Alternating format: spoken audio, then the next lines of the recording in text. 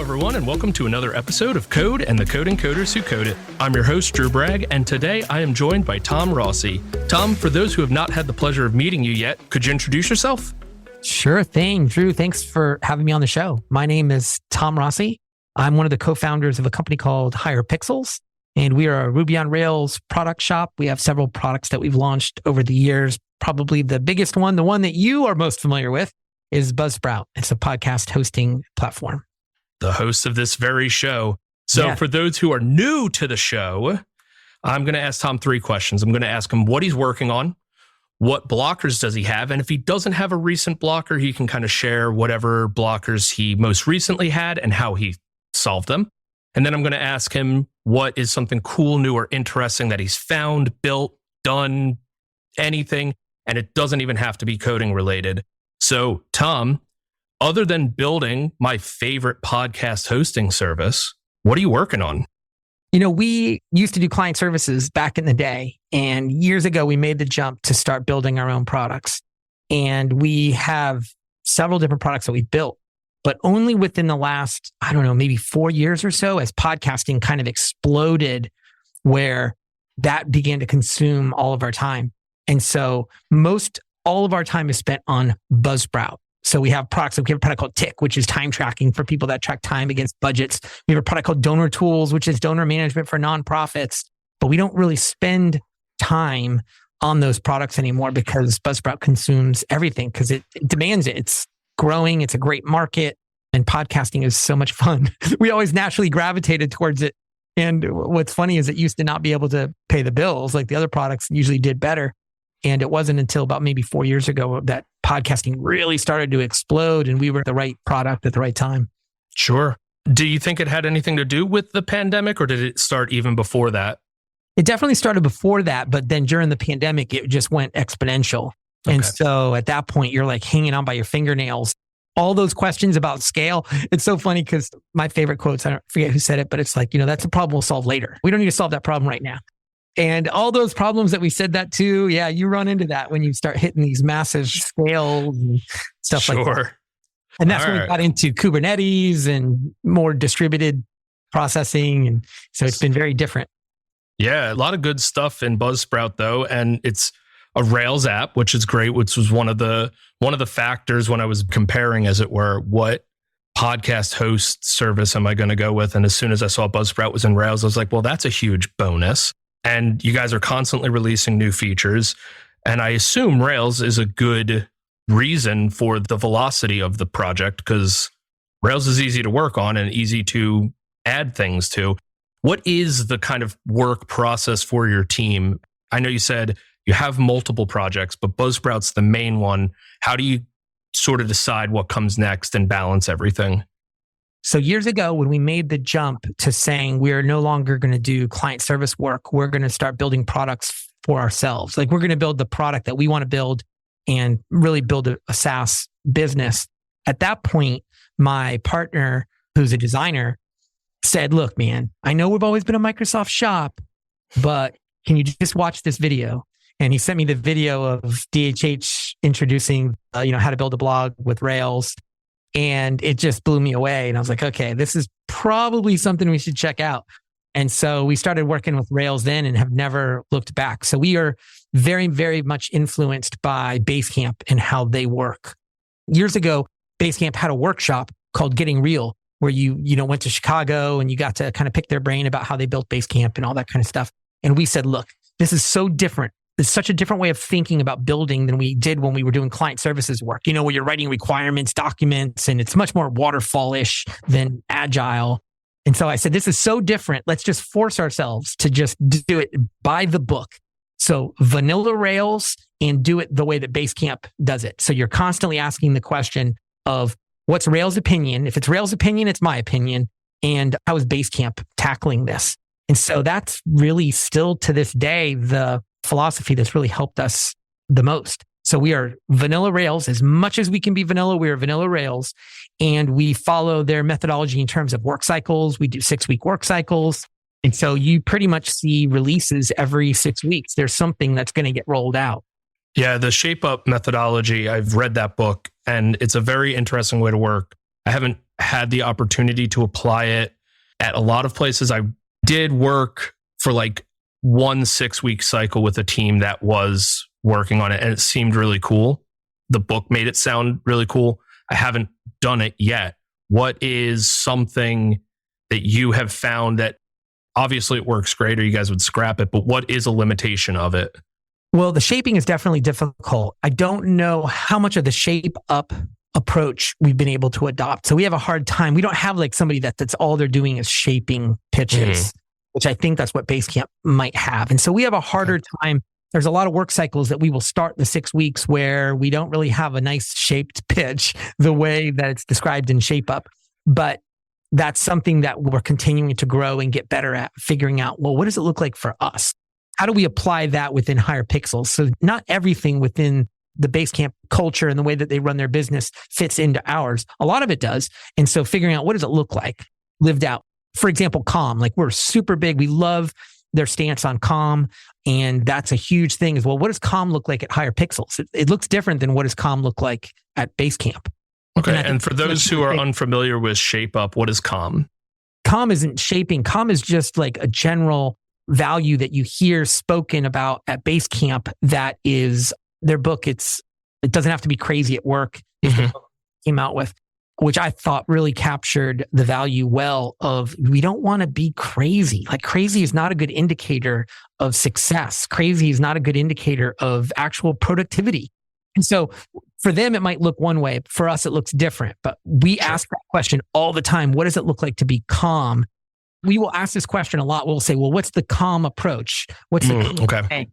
And I think the work cycles and good shaping is a calm way to work because you're not forcing your work into 2-week sprints and you're not defining things as you go. You're spending time thinking through how can I spend my 6 weeks? And then you're doing just 6 weeks on a particular, whatever the feature is, the thing that you're working on for that.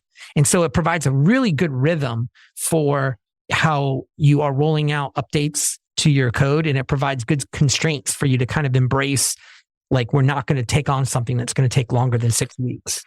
Absolutely. Okay. I'm tracking now. That creates this kind of calm environment. And I brought it up as just one example of like a value that we have as an organization that we've learned from them, but it might look different. Yeah. Every team is going to look different. Even agile teams or Scrum teams or whatever approach you take, they always end up looking a little different.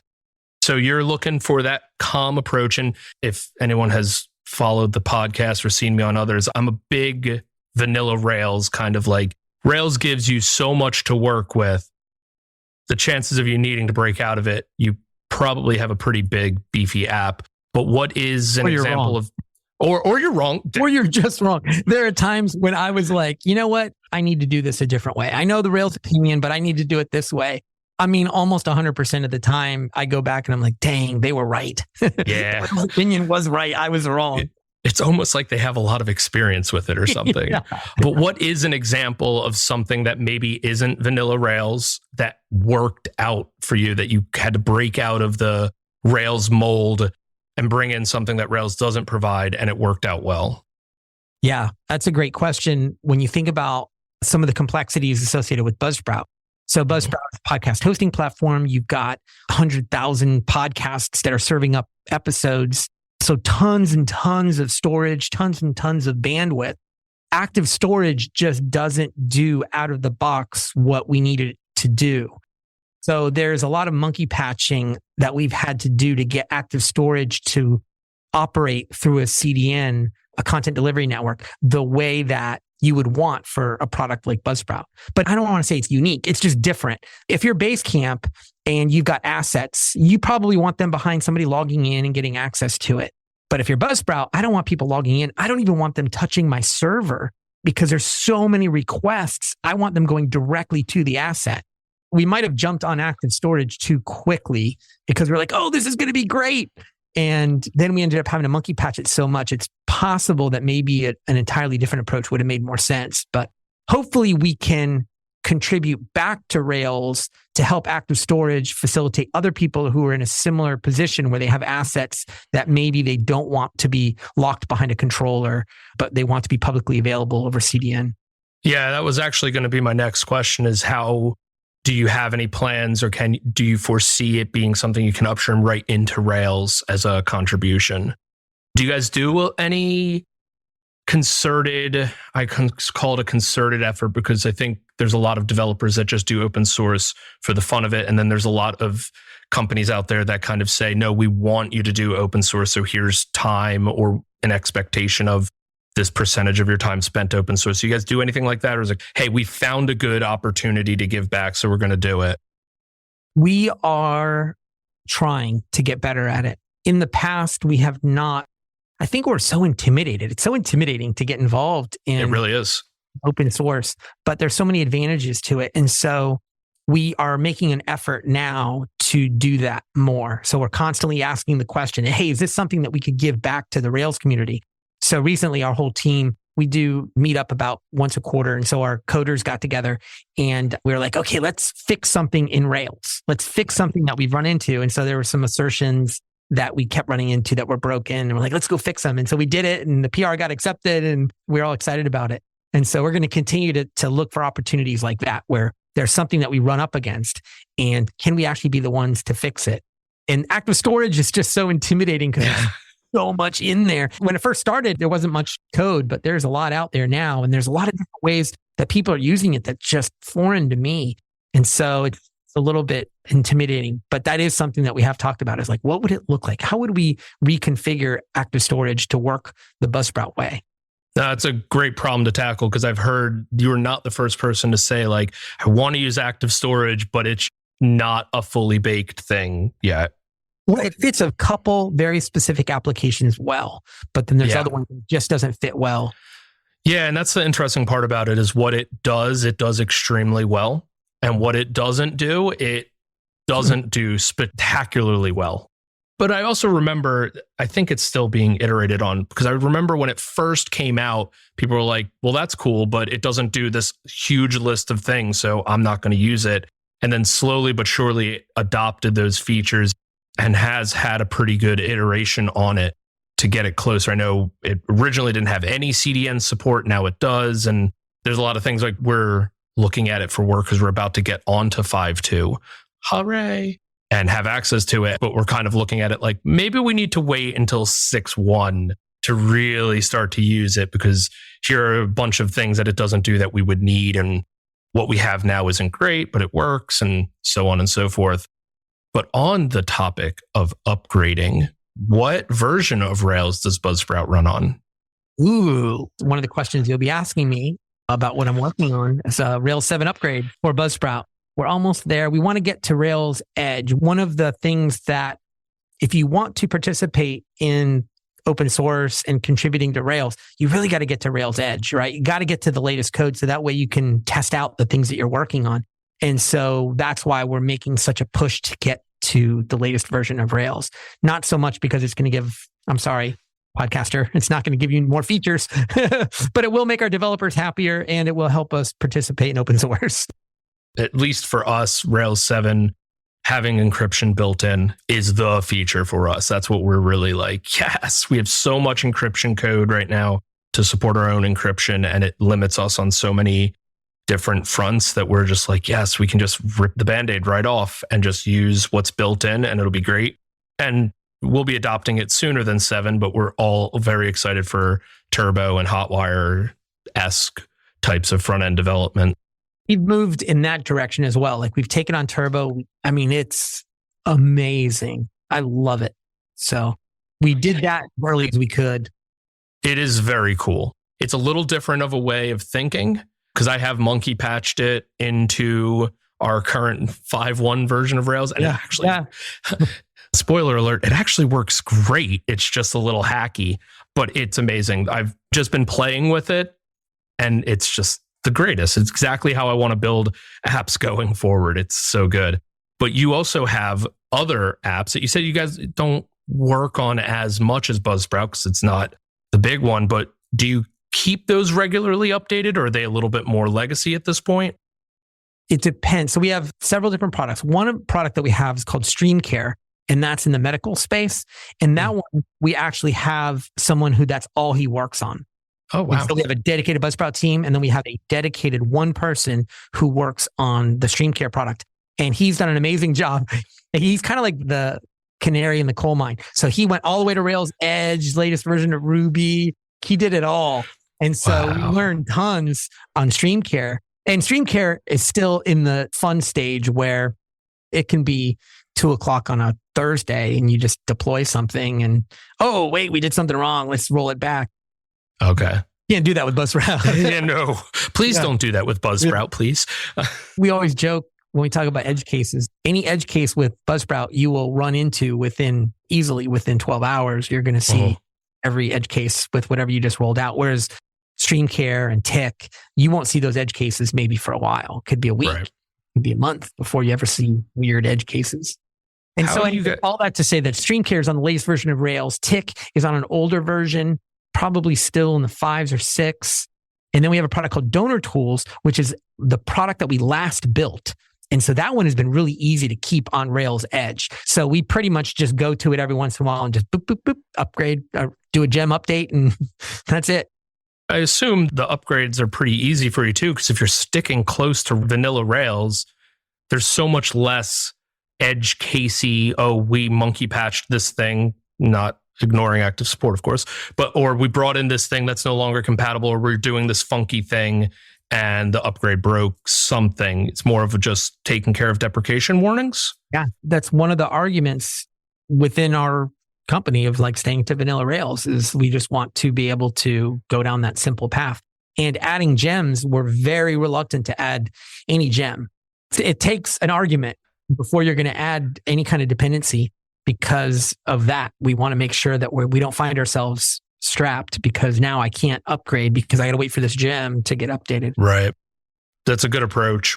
There's a few blockers for me on our upgrades that are gem dependent, especially because we're not on a supported version of Rails at the moment. So trying to get us there and fight with some of the gems that are like, well, now you can't even use this even remotely compatible version. And I feel that in my soul. I wish we had adopted that, but we live and we learn, and our app has been going through a pretty major redesign, and we've used that as an opportunity to move things as close as we can back to Rails and start to get rid of some of the stuff that we thought was a good idea and it turned out not to be. I'll tell you, the testing in Rails is what really gives you a lot of confidence, right? Is I could literally just, as a matter of fact, over Christmas, Buzzsprout, the activity on the site goes down a lot. Like a lot of people are not uploading podcasts and stuff like that. And so I was able to do a bunch of incremental deploys to get us closer to Rails 7, to minimize the amount of differences that we're going to run into when we actually go to Rails 7. So what I did was I applied all the deprecation warnings to the existing code, pushed that out into production, and then watched it. Okay, everything's good. So I pushed out another change. Okay, I don't think this is going to break anything, but let's just roll it out and make sure. Okay, let's roll this out. And so I probably rolled out, 5 or 6 updates over the week between Christmas and New Year's, and just pushing them out to get closer to Rails 7 so that when we actually do the Rails 7, I think we're down to like 15 files that are actually going to change. The only reason I was able to do that is because of our testing. I could constantly run tests. So it wasn't like you're shooting in the dark. We've got system tests, we have controller tests, we have unit tests. So I'm running it across the board. Everything's passing. Great. Now I'm going to deploy it. So it's way more daunting when you have tests that are failing or tests that aren't written. There's a whole section of your app that you haven't tested. Well, that's going to make it really painful. You're going to have to deploy that to a staging server somewhere and then beg someone to go click around and see if anything breaks. Yeah. A good test coverage is paramount. It's so important. And when you don't have it, you better have an amazing QA team. And even then, as amazing as they are, they're going to be slower than automated tests. Yeah. I know that all too well. But what else are you working on that you wanted to talk about? We're working on our own version of subscriptions. So if any podcaster wanted to offer premium content, special bonus episode, or maybe you wanted to do early access, or maybe you just wanted to do swag, like, hey, you get a shirt, being able to do subscriptions where somebody can subscribe, they can get a private RSS feed. So now they can get access to that premium content. Or maybe they just want to support the show. They're like, man, coding coders, I'm a coding coder and I want to support it.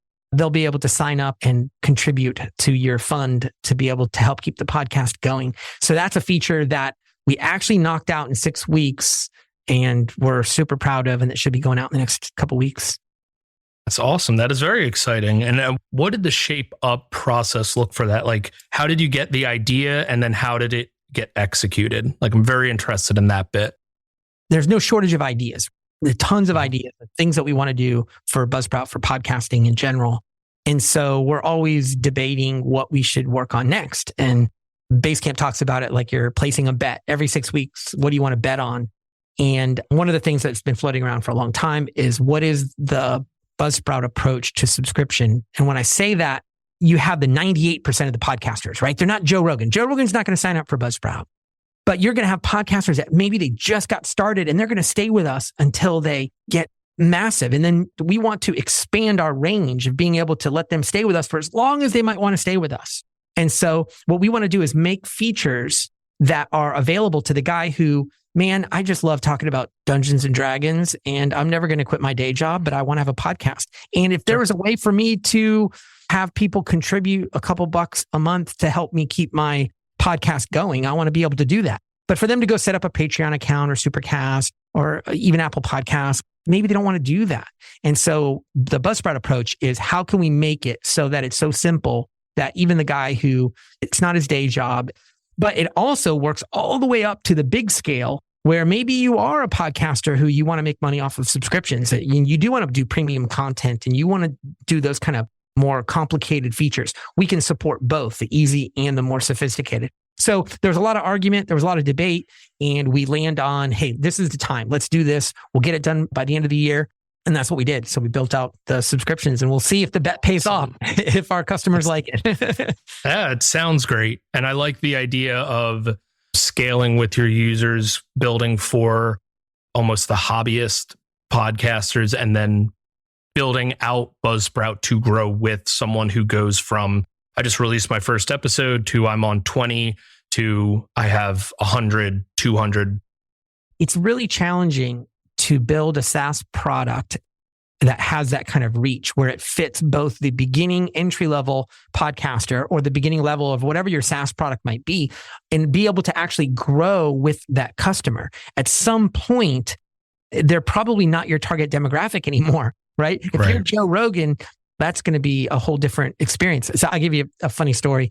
Years ago, we built Buzzsprout. We never even thought about having a podcaster that would be so massive that it would cause issues. And so we had a podcast that was with us and they were these guys that talk about soccer and they got picked up for the World Cup one year and they had their podcast hosted. And at the time, Buzzsprout was only $9 a month. So they're paying us $9 a month and they go on NBC or something during World Cup. And next thing you know, they've exploded. Well, we kind of went to work the next day and we're having like the servers run a little slow today. What's the problem, right? So having some issues. It's like every once in a while we're getting a timeout. Then I get a phone call from our host, a phone call. I don't think they'd ever called me. And they're like, what are you guys doing? They had gotten a phone call from their internet provider. So we were working with a co-located server. And so their provider had called them and said, what are you guys doing? You're eating up all of our bandwidth. And so this $9 per month account had cost us, we'd run up about $10,000 in bandwidth. Yeah. Yeah. And so then we have to have an awkward conversation of, hey, good news, bad news, guys. You guys are blowing up. Bad news is you need to go somewhere else. And they're like, no. We want to stay with you guys. And we're like, no, you don't understand. You have to go somewhere else. You're too big. And so at that point, we started to have conversations about, okay, what does it take to be able to make it so that we don't have to tell them they need to go somewhere else? And that's the beginning of Buzzsprout having to learn how do we scale with these customers so that they don't have to go somewhere else. It's totally fine when you're starting off to be that tightly focused. But if you really want to be in it for the long haul and you really want your product to be able to reach a bigger audience, then you might have to relax some of those focus. And so that's a good example of where we learned and then had to make some adaptations. And do you guys think you're where you want to be, or at least on a really good path to where you want to be, where if that same scenario happens again, you're ready to handle it? Yeah. So now we're at the point where a podcaster could stay with us. We have some massive podcasters with millions of downloads, and they can absolutely stay with us. The only reason that they might want to go somewhere else is because they're acquired by somebody else, or there's some very specific thing that they need. But that's also why we did Buzzsprout ads. So now there's the ability for people to buy ads on people's podcasts. It used to be if you wanted to do any kind of dynamic ad insertion, you really needed to go somewhere else. But that's not even the case anymore. So now with Buzzsprout, you can actually have dynamic ads. So that's all part of the feature set required to be able to scale up from the, maybe 90, 95% of podcasters. Now we're up to probably 98, 99% of the podcasters could fit on Buzzsprout. Since we all know that Rails doesn't scale, what was that like to grow your ability to host that level of podcast? Yeah, it was a lot of work, and it was a different type of work. I will say it's not as much fun because now you're spending the time doing all the things that you don't have to do when you're smaller. So you're writing more custom SQL, for example, like you're having to hack Active Record a little bit more because you need it to perform differently. You need it to be able to perform at a massive scale. You're doing things with your database that, if you think about the amount of data that we collect to be able to tell our podcasters how many downloads they're getting on their episodes, and they want to see that data forever. So we have data back to 2008 for our podcasters. And so there's just tons and tons of data. So you spend your time doing things scaling that are different. So it's not the same as building features. It's more of just building for scale. It also changed the way that we do hosting. And so moving into Kubernetes is a great example that changes the way with our other products, it's still Capistrano and just pushing it out to the server, and that's it. With Kubernetes, it's a little bit more involved. And so we ended up bringing that in-house and having a reliability engineer, and Brian Trawick is our reliability engineer, and he's phenomenal and brought a whole competency that we did not have, which is building for scale and to be able to service that. But it's like a different competency totally in the way that you build your app to be able to build for scale. So here's an interesting question. When you're building for scale, is that now because of Buzzsprout scale kind of what you build for first, or is it still very much get it working, get it right, get it fast kind of approach? I was building just a side project for myself for fun. And I found myself doing all of these things that I just didn't need to think about. Like I had it ready for a CDN. I had it all. And I'm like, wait a minute. We didn't have a CDN for years. We never even thought about CDN, right? And so I wouldn't recommend it. I think for most people, especially when you're starting off, it's just going to be a distraction. It's going to be something that you just don't need to worry about. Again, especially if you go vanilla Rails, because if you go vanilla Rails, you're going to get a lot of that performance stuff for free. It's going to make it easy. Caching, for example, it's so easy to do caching. Well, does that mean I do caching out of the gate? You don't have to. It's not going to hurt. But if you don't understand caching and you don't want to take that on right now, you don't have to. Like you can wait until you start to actually see issues with performance. And then you can go spend time thinking through, well, how do I want to do my Russian doll caching or anything like that? Yeah, that being built into Rails too is such a nice thing that you don't have to go, okay, I think I'm ready for caching. What do I do? How do I do it? Which caching solution is the best one? What's built into Rails is super powerful and can take you a very long way. You can just spend so much time solving problems that you don't have. So I'm constantly telling people, don't do it. But what's funny is all of those problems are the ones that we had to solve when we were getting to issues of scale. And so, like I said, that it's a little bit different of a time, but we balanced it with still rolling out features. Because I think that's what still gets us excited. I mean, the reason that we love being developers, right, is you're building features and you get to see users that are taking advantage of it. We just balanced it at the same time as rolling out features. We were also building out scale. Yeah, I could agree with that completely. Whenever I get a little, I don't want to call it stuck, but whenever I get into the weeds of an upgrade at work, I get a little like, man, I want to build something where I'm not telling our QA team like, hey, I just deployed this thing, go test it. What am I looking for? Nothing should be any different. Yeah, they really appreciate that. I don't like doing that. I love it whenever I get to kind of hit the pause button on an upgrade, come back and build anything that I can be like, yes, that's the thing that I just built. I love doing the upgrade because I love the thought of getting us to the point where we have all of the things that the upgrade gives us, the speed, the reliability, the features. But I am like ready for the upgrade to be over and just go use the thing now. So On the topic, my favorite topic of blockers, what does a blocker look like for you? Do you have any currently, or what's a good one that you recently had? And what was the process of getting around it or over it? Yeah, I don't know that we have any blockers, definitely not any technical that I can think of. I think one of the challenges that we are addressing is how we delegate better. So John Pollard is leading all the software development now. And so all the programming activity that I used to do, John is really driving it. Now I'm a programmer on the team, but I'm no longer the one driving it. And so figuring out what that looks like, how do you do code reviews? When do you get involved? Who makes certain decisions? And I think that is challenging. And we're super small. I mean, there's only 4 Rails coders. Wow. So 5, if you include StreamCare team. So there's 5 Rails developers on the team. And so you look at these teams that have, I don't know, 10, 20, like I just can't imagine how they still feel connected to the rest of the team and still have a connection to the code that's going out to the customers. And so I think that's one of the challenges that we face is how we can delegate that more. And my partner, Kevin, Finn, we really built Buzzsprout, just the 2 of us. I mean, it was 2 people for a long time. And he did all the design, I did all the programming. And so now I'm delegating more to John, who's taken over the programming, and he's delegating more. We've got Cameron Mall, who's helping us on the design side, and he's really taking over some of that from Kevin. And so figuring out what are the things that give me life that I want to keep on my plate, and what are the things that I can't keep on my plate. I need to delegate, Right. I need to give those away. And so that's why, like I say, I'm a developer on John's team because I still want to write code. And so I'm like, John, can I go write this piece? Can you assign Can I this? add that? Yeah. Yeah. I can empathize with that completely. The challenge of delegation, of how you begin to remove yourself, especially as something like a co-founder, somebody who's started it. Maybe it was your baby. You wrote the majority of the code. And now you're looking at, well, how do I start to give that away? And Yeah, and it's pretty important too. It's really hard to be an IC, an individual contributor to a project, like stay writing that code.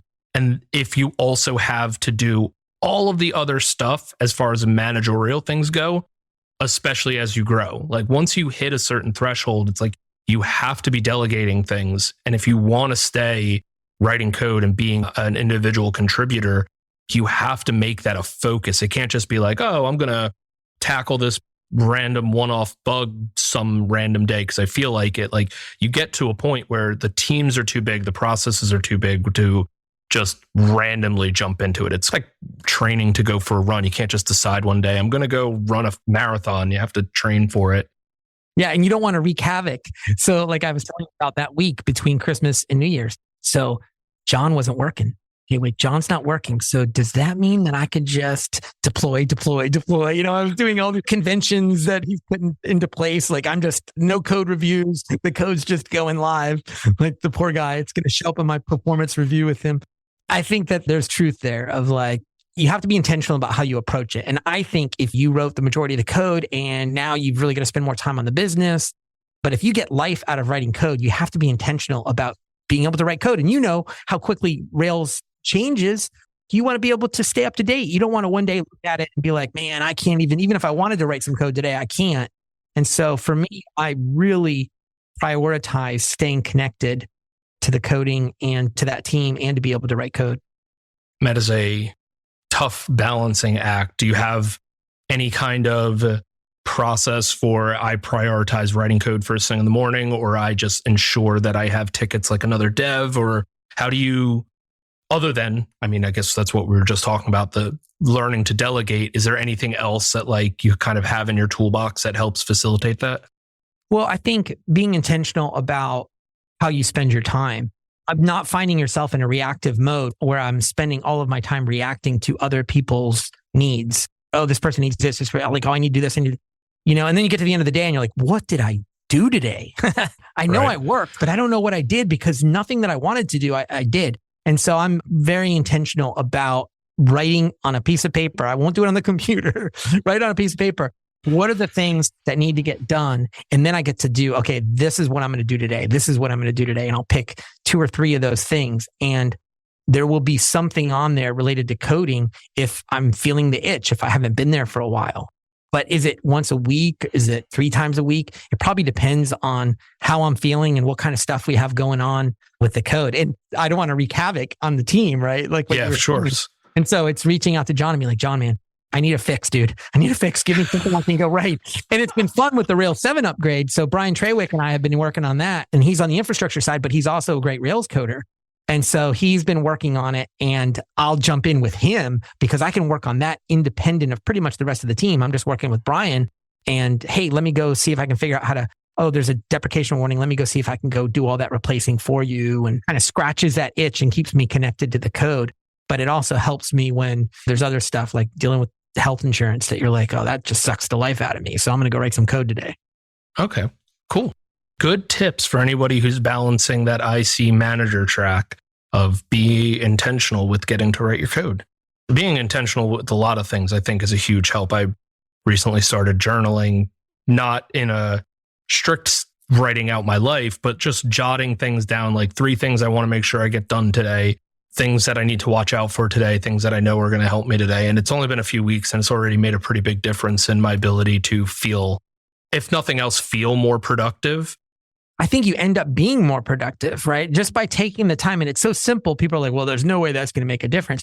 It absolutely makes a difference to just write down, here are 3 things that I want to get done today. At the end of the day, you will feel better about yourself. And there's a good chance you're going to get those 3 things done. But if you didn't write them down, there's a better chance you're going to get sucked into somebody else's vortex of whatever it is that they need to get done. And you're not going to get the things done that you think are important. I wholeheartedly agree with you.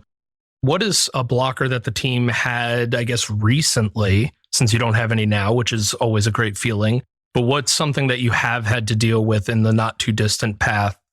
And how did you guys kind of get around solving it?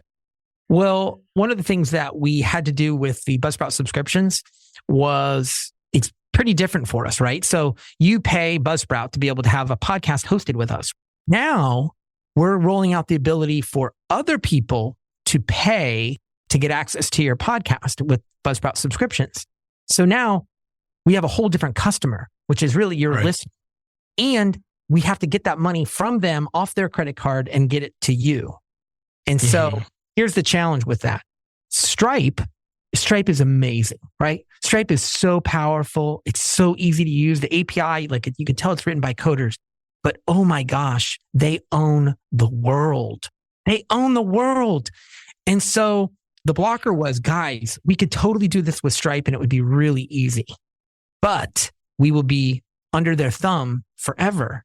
There's no way you're ever moving off of Stripe if we build it that way. So do we take the time to actually build out our own ability to do this? And how possible is that? And so at the very beginning of the work cycle, we actually spent time looking at how feasible it was for us to do it. And we did. So we ended up figuring out, yeah, we can do this. We can do what Stripe is doing. Yes, it's going to take more code and more time, but man, at least we're in control of our own destiny. If we ever wanted to move somewhere else, we could. And I think it's always been important for us that we want to be independent. We don't want to be beholden to some third party. So that was a big challenge that we faced, and we'll see if it pays off. That's a hell of a research spike too. You're dealing with credit cards, you're dealing with payments. There's so many considerations there that just the research involved of, is this feasible and what is the time frame for something like that? That's daunting. Yeah. And one of the big things that we want to do is accept mobile pay. So Apple Pay, Google Pay. So many people listen to podcasts on a mobile phone. And so you've got to make it so that if they say, oh, I want to subscribe to this and I want to send them $5 a month, that they got to be able to do that with Apple Pay. And so again, the feasibility, we had to spend the time. Can we do that without putting ourselves under the thumb of Stripe? Again, I love Stripe. I think Stripe is an amazing product. It just scares me that they own so much of the market. So much of the SaaS market is beholden to Stripe, and Stripe does not hesitate to compete with its customers that are in the financial space. Not us, but I've seen others. And I'm like, man, I just hesitate to be. Oh, it makes sense. It makes sense that you see this huge player and it's like, if we start using it, it's like going to be impossible to move off. Like you said, like, is it worth it? And through your research, in due diligence, you decided it wasn't. And I feel like if we had more time, I would ask you about 1,000 questions on what it was like to build just that portion, not even just subscriptions as a whole, but just the payment processing. Because I hear it come up a lot. Jason Charnes and Andrew Mason on the Remote Ruby podcast talked about them redoing their entire checkout at Podia. And it just, I sit there and I listen to all the challenges, and they are using Stripe, but still some of the challenges that they ran into. And it's so fascinating to me because we don't deal with that, and I've never dealt with it. So it's that fascinating thing. And then I hear you guys go, yeah, we did it too, but we didn't have Stripe to like get us half the way there to start. We use Stripe, but we don't use their additional services. So all they are for us is the credit card processor, versus we're not letting them manage all of our subscriptions and things like that. And one of the developers on our team, Brian Hunt, it's an amazing role that we didn't even know that we needed until he joined the team. But he is a Rails coder, but he's also a designer. He's got some designer chops in JavaScript and interaction. And so he is the guy that's really helped us embrace Turbo. He's the guy that's helped us really do those things. And so really the brunt of the work was on him of, can I accept an Apple Pay? Can I set up a subscription without using those additional features on Stripe? Can I just use them as the credit card processor and not these additional services that they might offer? And so really he was the one that had to navigate that, because a lot of that is client side type work, because you want fraud protection and you want the two-factor authentication for some of the card payment methods will require them to put in a code and stuff like that. And so we get all that goodness, but we're not totally beholden to them in the way that they do their Connect service. What a unicorn you have there with a solid Rails engineer that can also do a fair amount of JavaScript. Because every time I look at JavaScript, I'm just like, how can I get good with JavaScript, good enough with JavaScript that I can write as little of it as possible? Right. Like that is my goal with how I'm decent with it. I'm sure I could be better, but I'm like, that's always my goal, is like, I just want to be good enough that I don't have to write a lot of it. And the thought of being really good at like developing good interaction with JavaScript is like, I don't think I'm going to ever get there, but I'll stick with like learning Rails really well. But when you have someone who can do both, that's such a unicorn, I feel like. And Turbo and Stimulus make writing JavaScript much more palatable.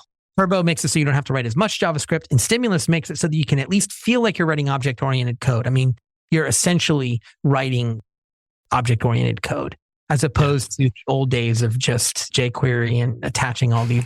I mean, gosh, I look back at a lot of the code that I wrote and I'm like, oh, what was I thinking?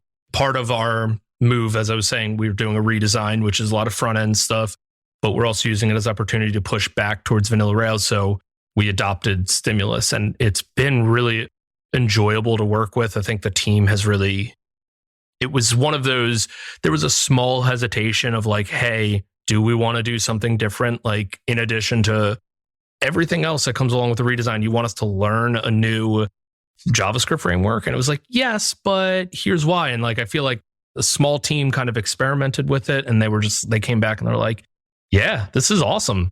You know, even if it's just for the organization of your code, like just to give you those guardrails, even if you don't lean heavily on what Stimulus can do for you, just having the organization is really nice. Yeah. I mean, think about, we've all gone spelunking through our code to try and find where this JavaScript interaction is happening. Mm-hmm. Who is binding to this and where is that happening? Yeah, absolutely. And I think the Turbo approach, like I said, it does require you to think a little differently. But the one thing that I think it almost makes you think not differently, but almost in an old school way of design for no JavaScript, design for Turbo not to be there. Like when you hit the submit button, your HTML submit should trigger, and like it should still work. It might not be the nicest UI UX when it works, but it should still work. And then you add the layer of Turbo on top to give you that really nice interaction. I'm like, oh, what a concept. Like make the web work without JavaScript turned on. How nice would that be? Can't remember what version of Rails it was, but it was like, I think an early version of Rails 2 where you could render very similar to Turbo Streams. You would render JavaScript from your controller and you would do interactions where you could say replace content. And I abused that.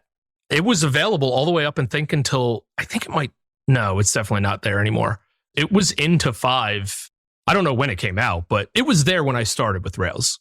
And very recently, I think it got taken out completely. But I have abused that feature to make well, I didn't know it at the time, but I was making a poor man's turbo. But yeah, I've abused that. That's what I feel like. It was a poor man's turbo. But you can see even back then, the idea was there. The idea was there of we can do this right from the controller. We can render the interaction to say, look, update this piece of content, hide this piece of content, show this piece of content. Like we're doing the same thing over and over again, 99% of the time, that we're doing the same thing. And so you could see even back then, the idea, it's just the frameworks weren't there yet to be able to do it. Yeah, right. And the concept of like, I have this big beefy server.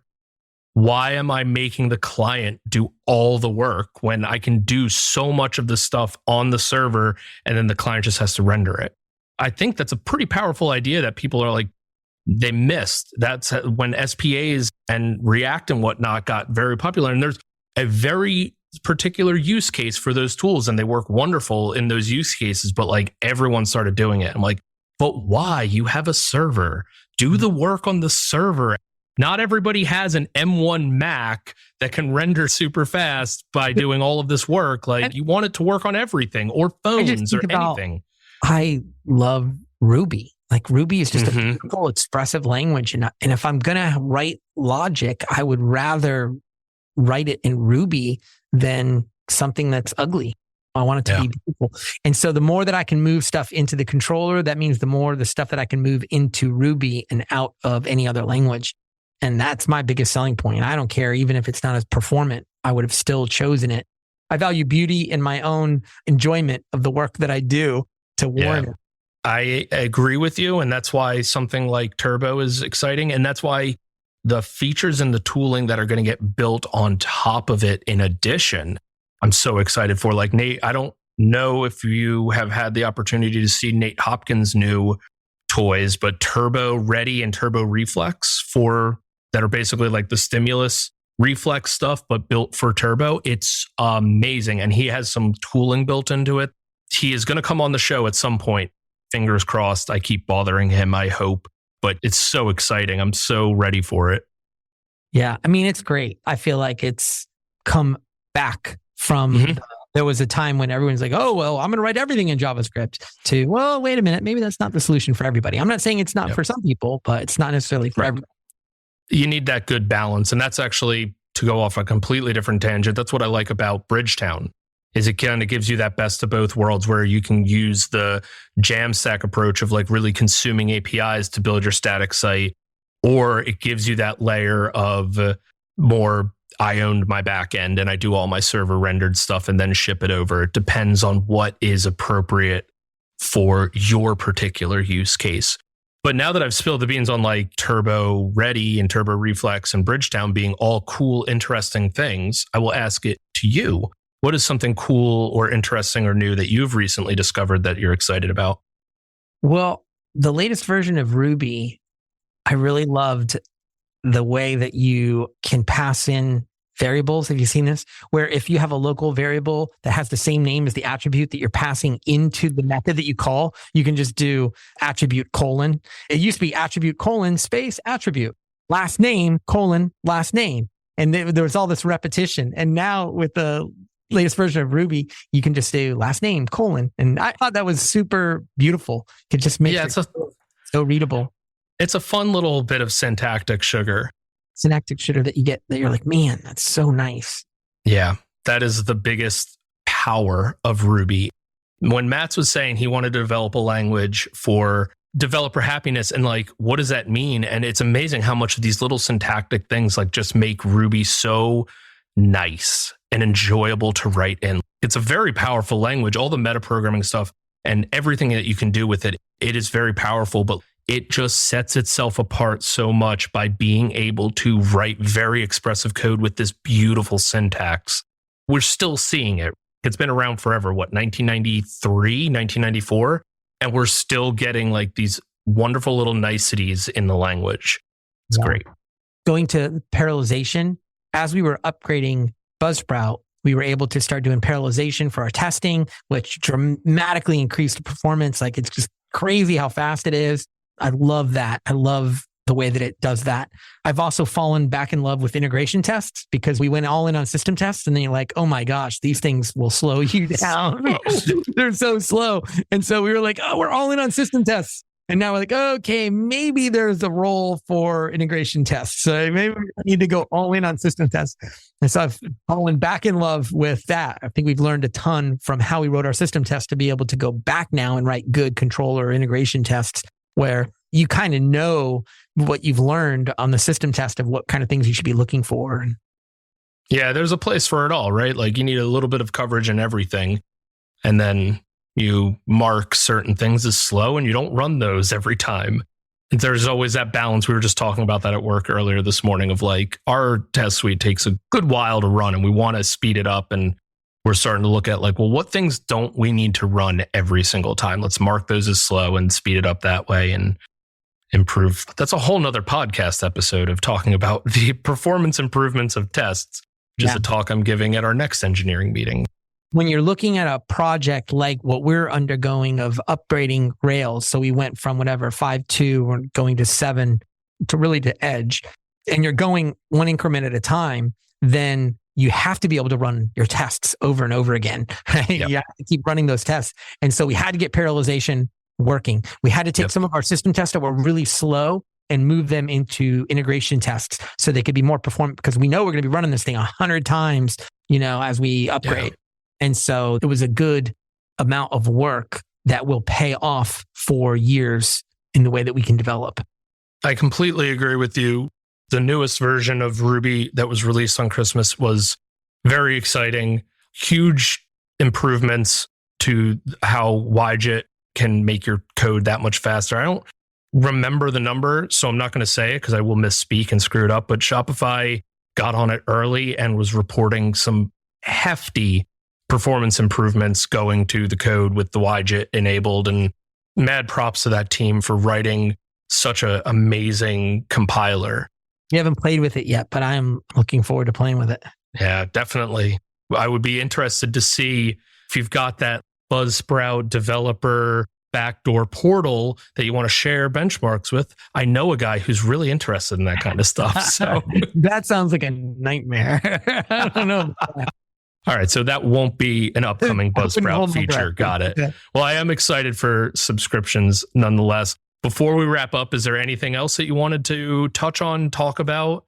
I thought that Rails SaaS conference that we went to, got to meet in person. That was a ton of fun. I think Andrew did a fantastic job. I know he's got one video out so far, Nadia's opening talk, which she is such an amazing speaker. I had the pleasure of seeing her also at RubyConf Mini, and she did a similar but different talk, and it was so good. She is fantastic. All of the speakers did a great job. So I'm really excited for the rest of the videos to come out, but I really like what he did with that conference. It was very different from what I'm used to as far as conferences go, but it was so much fun. And I hope he does it again. Me too. I really felt like it was a different type of conference than what I've been to before. There was so much time to be able to interact. Yeah. People in the community. RailsConf, not so much. It's gotten kind of big, and there's surprisingly a number of people that aren't even into Rails, and this was fun. And it was SaaS. Yeah. I love the business of SaaS, and I love the way that Rails lends itself to SaaS business and to being able to be a super small, lean team and deliver incredible product. And so that was a really cool conference to marry those concepts together. Yeah, and it was a great vibe, and especially like just having like the sponsor tables. There were no sponsor tables. There were sponsor cabanas at the rooftop pool. Like that is just so like, where are we? What like parallel universe is it that like I'm going to go hang out with the sponsors at their cabana? Well, this is awesome. And then in addition to just how cool that vibe was, he had such great speakers. Cannot wait for all the videos. So excited. Hurry up, Andrew, please. Well, thank you so much for coming on the show. Where can people find you on the internet? Sure. You can find us at higherpixels.com, or you can check out our product, buzzsprout.com. I'm also on Twitter, TomRossi7. Great. And you can easily get to Buzzsprout from our show notes where there is a link to sign up and start your own podcast. Ooh. If anybody has been inspired. Very good. Very good. Awesome. Well, thank you so much for coming on, man. It was a blast to have you, and have a wonderful day.